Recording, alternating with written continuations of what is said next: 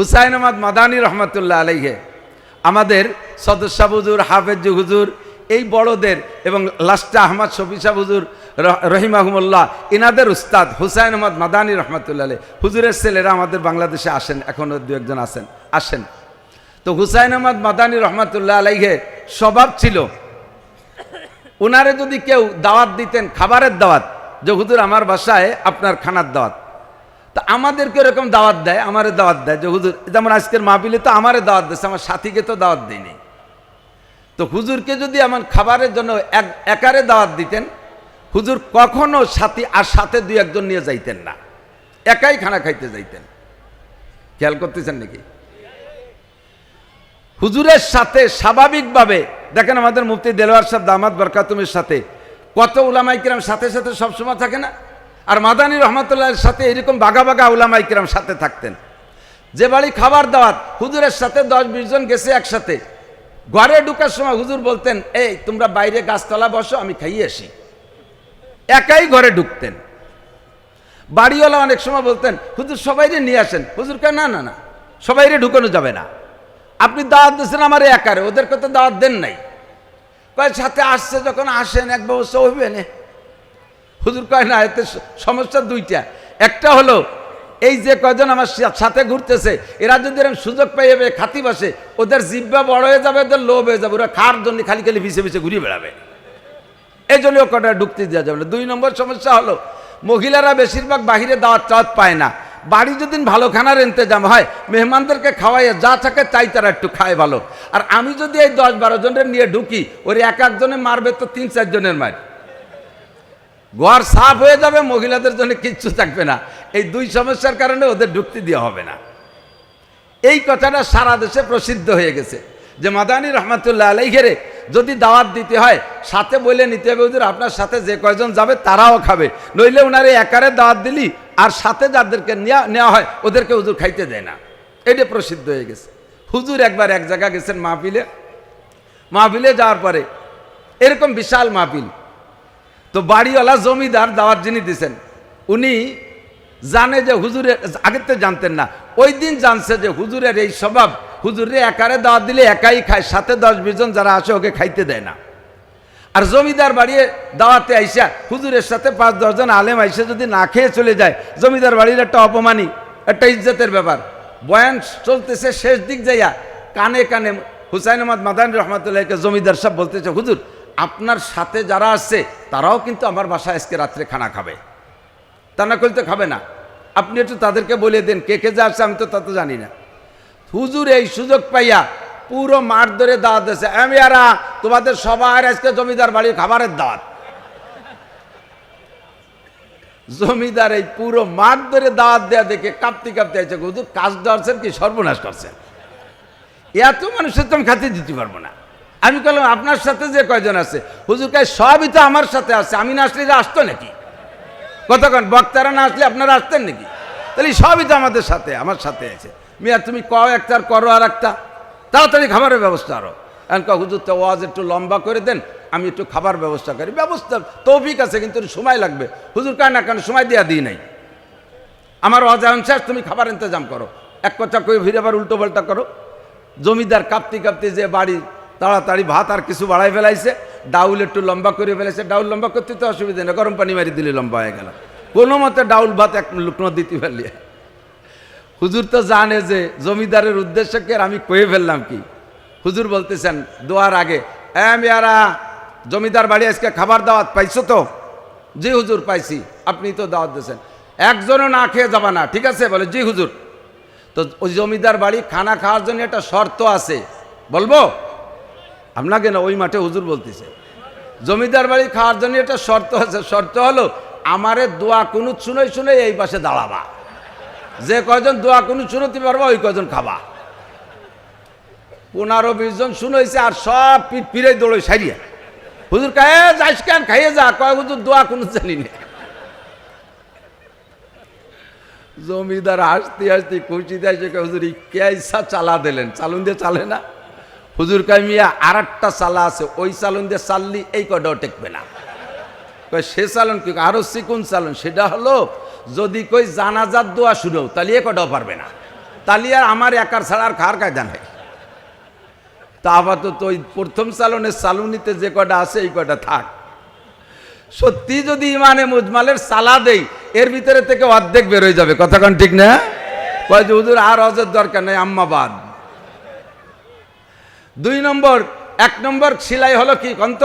1 নম্বর সেলাই বস্তার তলায় লা ইলাহা ইল্লাল্লাহ মুহাম্মাদুর রাসূলুল্লাহ।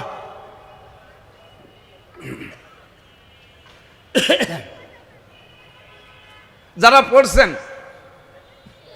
তাদের সম্পর্কে হাদিসের তর্জমা হুজুর বলেন তামলাউ মা বাইনাস সামাই ওয়াল আরদ, একবার যদি জবানে পড়েন লা ইলাহা ইল্লাল্লাহ মুহাম্মাদুর রাসূলুল্লাহ, পড়নেওয়ালার জন্য আসমান জমিনের মাঝখানে সম্পূর্ণ ফাঁকা জায়গা নেকি দ্বারা ভরপুর হইয়া যায়।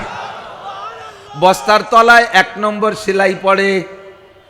2 নম্বর সেলাই আমার সাথে পড়েন আশহাদু আল্লা ইলাহা ইল্লাল্লাহ ওয়া আশহাদু আন্না মুহাম্মাদান আবদুহু ওয়া রাসূলুহু, সাক্ষ্য দিতেছি আল্লাহ ছাড়া মাবুদ নাই, আরো সাক্ষ্য দিতেছি মুহাম্মাদুর রাসূলুল্লাহ আল্লাহর বান্দা ও রাসূল। বলেন আল্লাহর বান্দা ও।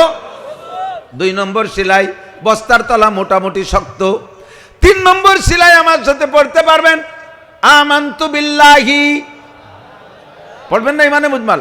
উলামায়ে কিরাম জানেন তাদের কাছে চর্বিত চর্বণ। আলেমদেরকে আমি বয়ান শোনানোর জন্য শেখানোর জন্য করি না, আলেমদেরকে বয়ান শোনার জন্য অনুরোধ করি। এজন্য কাব্বারানি মৌতুল কুবারা, বুড়োরা মরি আমারে বুড়ো বানাইছে। বুড়োরা বেঁচে থাকলে আমি নাসির চেয়ার পাইতাম না, আমি নাসির চেয়ার পাইতাম না। হঠাৎ করে শুনবে একদিন আমার মৃত্যু খবর, কেঁদে কেঁদে আসবে সবাই দিতে শুধু কবর।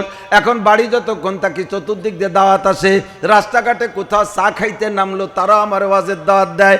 একদিন আমিও থাকবো না, বর্তমান জেনারেশন যারা স্টেজে আছে চেয়ারে আছে, আমরা একদিন থাকবো না। চেয়ার যদি খালি হয়ে যায় এই চেয়ারে বসবে অন্য কেউ। চেয়ার যাতে খালি না হয় এখানে বসে সুন্দর করে উম্মতকে 2-4 কথা শুনাইতে পারেন। এই জন্য বয়ানের তর্জ তরিকা বক্তাদের কাছ থেকে শুনতে হবে, শিখতে হবে। তাই উলামায়ে কিরামকে বসার জন্য শোনার জন্য বলি। বাকি উলামায়ে কিরাম এখানে যারা আছে ঢাকা শহরের সবাই আমারে পড়াইতে পারে, এত ভালো ভালো আলেম। আমি অনেক ভালো বলতে পারি তা না, সুরও নাই কণ্ঠও নাই, শুধুমাত্র আল্লাহ পাক যতটুক বলায় লক্ষ্য করি। 3 নম্বর কালেমা হলো আমানতু বিল্লাহি কামা হুয়া বিআসমাইহি ওয়া সিফাতিহি ওয়া কাবিলতু জামিআ আহকামিহি ওয়া আরকানিহি। আমানতু বিল্লাহি কামা হুয়া, আল্লাহর প্রতি বিশ্বাস রাখি আল্লাহ আছে। জোরে বলেন আছে। বলেন তো কেমন আছে? কয়টা জানি না। কামা হুয়া, তিনি যেমন আল্লাহ তেমন। আল্লাহর কয়খান হাত আছে তা আমার গুনার সময় নাই। কয় গণেশের 10 খান হাত, আল্লাহর কয়খান হাত? কয় ওই হাত গুনার দায়িত্ব তোমার না, তোমার বিশ্বাস হবে কামা হুয়া, আল্লাহ যেমন তেমনই। বি আসমাইহি, তার যত জাতিগত নাম আছে সবগুলো বিশ্বাস করি। জাতীয় নাম তার আল্লাহ নাম একটা, আল্লাহর একটা জাতীয় নাম। জোরে বলেন কি? আল্লাহ। ওয়াসিফাতিহি, তার যত গুণগত নাম আছে এগুলো আমি বিশ্বাস করি। ওয়াকাবিলতু জামিয়া আহকামিহি ওয়া আরকানিহি, তার সমস্ত আদেশ নিষেধ মানিয়া লইলাম, সমস্ত আদেশ নিষেধ মানিয়া লইলাম। যাহা বলিবেন তাহা করিব, যাহা ঠেকাইবেন তা করিব না। যাহা আদেশ হবে তাহা করিব, যাহা নিষেধ হবে তা করব না। কথা বলেন ঠিক কি ঠিক না? 3 নম্বর সেলাই। 4 নম্বর সেলাইয়ের নাম হলো ইমানে মুফাসসাল। আমার সাথে পড়বেন আমানতু বিল্লাহি ওয়া মালাইকাতিহি ওয়া কুতুবিহি ওয়া রুসুলিহি ওয়াল ইয়াউমিল আখিরি ওয়াল কদরি খায়রিহি ওয়া শাররিহি মিনাল্লাহি তাআলা ওয়াল বাসি বাদাল মাউত। তর্জমা বুঝে বিশ্বাসের সাথে স্বীকার করবেন। আমানতু বিল্লাহ, আমি আল্লাহর প্রতি বিশ্বাস রাখি, আল্লাহ আছে। আমানতু বিল্লাহি ওয়া মালাইকাতিহি, ফেরেশতা আছে না নাই? জোরে বলেন আছে। কোথায় আছে দেখি না, আমার দেখার দরকার নাই। কোরআনে কারিমে বলেন কিরামান কাতিবিনা ইয়ালামুনা মা তাফআলুন, সম্মানিত ফেরেশতারা তোমার 2 কাঁধে বসে লেখে। তোমার বডি পাহারা দেওয়ার জন্য আল্লাহ পাক জয়েন্টে জয়েন্টে পয়েন্টে পয়েন্টে মুস্তাকিল ফেরেশতা নির্ধারণ করে রেখেছেন। একজন মানুষের বডি পরিচালনার জন্য আল্লাহ 360 জন ফেরেশতা মোতায়েন করে রাখেন। বলেন না সুবহানাল্লাহ। আপনার নাকের দুইটা ছিদ্র পাহারা দেওয়ার জন্য দুইজন ফেরেশতা আছে, দুইটা চোখ পাহারা দেওয়ার জন্য দুইজন ফেরেশতা আছে, কানের ছিদ্র পাহারা দেওয়ার জন্য দুইজন ফেরেশতা আছে। আল্লাহু আকবার। যদি এখানে পাহারাদার ফেরেশতা না থাকতো তাহলে বহুতবার অ্যাক্সিডেন্ট হয়ে যাইতাম। পোকামাকড় গর্ত পাইলে ঢোকে, ঠিক না? ফুটো ছিদ্র পাইলে পোকামাকড় ঢোকে। আমি আপনি খাটে ঘুমায় থাকি, কত পোকামাকড় ঘর দিয়ে ঘুরে বেড়ায়, একটা পোকা আমার নাকের মধ্যে ঢোকে না। ওখানে তো দুটো গর্ত আছে, একটা পোকা আমার কানের মধ্যে ঢোকে না। কথা বলেন ঠিক কি ঠিক না? পোকাগুলো মার মার করে আসে কানের কাছে, যখন কানের ছিদ্রের কাছে আসে ওই জায়গার ফেরেশতা ওই পোকারে স্টার্টিং ঘুরে দেয়, কয় এটা তোমার বাসা না, তুমি ভুল করবে, চলে আসো, অন্য দিক চলে যাও। নাকের মধ্যে চলে আসে পোকা, যাবে যাবে ভাব, এখানে আসার সাথে ফেরেশতারা স্টার্টিং ঘুরে দেয়, কয় এটা তোমার বাসা না, ওই জায়গা ফেরেশতা মোতায়েন করা আছে, সে আমার নাক আর কানকে পাহারা দেয়। কথা কন ঠিক কি ঠিক না? আমি আপনি জানি না। আল্লাহু আকবার। রাতের বেলায় ঘরে শুয়ে আছেন, ঢাকার মানুষ তো ঢাকার বিল্ডিংয়ের মধ্যে শোন, গ্রামের মানুষ টিনের ঘরে থাকে, টিনের ঘরে সিলিংয়ের উপরে অনেক সময় কাঠ থাকে, কাঠ দিয়ে সাজানো থাকে, তো সাইজ কাঠ ঘরের সিলিং ভরে রেখে দিয়েছে, আর একটা ঘরের ফার্নিচার কাজ করবে সেই জন্য। খাটের পর শুয়ে আছে শীত হইয়া, মাছির একটা স্বভাব আছে, দেখবেন ওই এক জায়গা পড়লে তাড়াইলে আবারও সেই জায়গা পড়ে, 40-50 বার ওই একই জায়গায় পড়ে। তো শীত হয়ে শুয়ে রয়েছে খাটের উপরে, সিলিং ভরা সাইজ কাঠ, এতটুকু এতটুকু সাইজ কাঠ, জালনা দরজার কাঠ, চোখের উপরে এই কেনিতে একটা মাছি বারবার পড়তেছে আর তাড়াচ্ছেন, বারবার পড়তেছে আবার তাড়াচ্ছেন, লাস্টে মাছির গোষ্ঠী শুদ্ধ গালাগালি উড়ে উদ্ধার উড়িয়ে দিচ্ছেন। এবার 2 হাত রেডি করছেন মাছিরে মারবেন, তাও এক থাপ্পড় মারছেন, মাছি মারতে পারেন নাই। শেষবার চোখের এই কেনিতে যখন মাছি পড়ছে, জাস্ট ওই টাইমে সিলিগির উপরে ইঁদুর দেখা একটা বিড়ালে যাইয়া সেই ইঁদুরকে তাড়া করছে, ধরবে বিদায়। তো বিড়ালে ইঁদুরে সিলিংয়ের উপরে গ্যাঞ্জাম, এই তাদের জড়াজড়ি মারামারির কারণে সেখান থেকে একটা সাইজ কাট আপনার চোখ বরাবর চলে আসতেছে, আপনার চোখ বরাবর। যখন চোখের কাছে আসছে জাস্ট ওই টাইমে এখানে একটা মাছি, সেই মাছিটা পড়ছিল, আপনি ওই মাছি তাড়ানোর জন্য হাত বাড়ি মারছেন আর হাতের বাড়ি লেগে কাঠটা সরে চলে গেছে, আপনার চোখটা বাইচে গেছে। এতক্ষণ পর্যন্ত যেই মাছিটারে গালাগালি করছেন ওই মাছিটা আপনার এই আগান বাগানে মাছি না, ওই মাছিটা আপনার চোখ পাহারাদার ফেরেশতা মাছি।